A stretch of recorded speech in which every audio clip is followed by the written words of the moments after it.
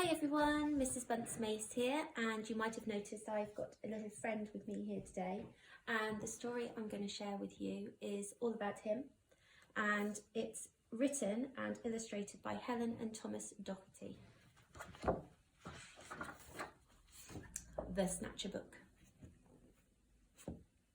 One dark night in Burrow Down, a rabbit called Eliza Brown found a book and settled down, when a Snachabook flew into town.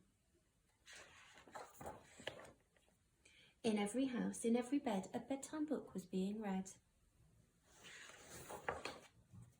Tales of dragons spitting flames, witches playing spooky games, pirates on the 7 seas, princesses trying to sleep on peas, and every child in every bed listened hard to each word said. Eliza Brown at number 3 was reading quite contentedly. Her curtains opened just a chink, she barely had a chance to blink. Her storybook just disappeared. Eliza found that very weird. The little owls on Mummy's lap were quite surprised to hear a tap against their bedroom window pane. Tap, tap, they heard the noise again. Before they'd even looked around, the book was gone without a sound. The wind blew wild across the sky, the smallest squirrel heard a cry. "What's that?" she whispered to her dad. But then, and this was really bad, before they'd had a chance to look, she'd lost her very favourite book. And so it went on night after night. Books disappeared from left and right. 5 books here and 6 books there. The shelves began to look quite bare. In Burrow Down, the rumour spread of book thieves under every bed. Eliza Brown at number 3 was keen to solve the mystery. She planned one night to lie in wait and use a pile of books as bait. Long hours passed without a peep, she'd nearly fallen fast asleep, when suddenly Eliza heard a flap of wings, a bat, a bird. Eliza saw a shadow loom, enormous, right across her room. What kind of monster could it be, Eliza thought. You don't scare me.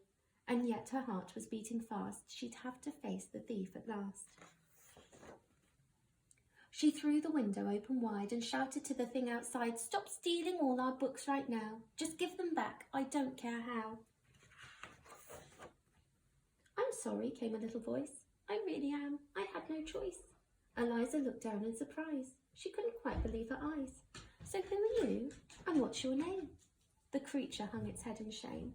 He mumbled with a mournful look, "I'm just a little Snacherbook." Eliza nodded solemnly. She sat the creature on her knee. "You can't just come and help yourself to every book on every shelf." A tear rolled down the creature's eye, and softly he began to cry. "I know it's wrong, but can't you see I've got no one to read to me?" Eliza sighed. She looked so sad. If he just had a mum or dad to read him stories every night, well, then he might behave all right.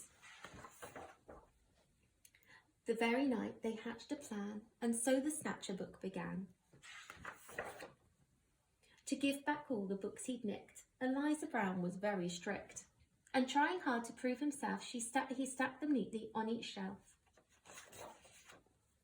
And when he'd made his full amends, Eliza called on all her friends and told how he'd worked all night to turn a wrong into a right.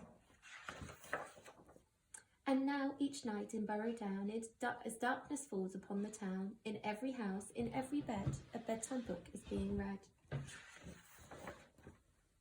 And if you take a closer look, you might just see the Snacherbook, perched happily on someone's bed, listening hard to each word said. Thank you for joining us for our story, and I hope you liked it, and I hope to see you very, very soon.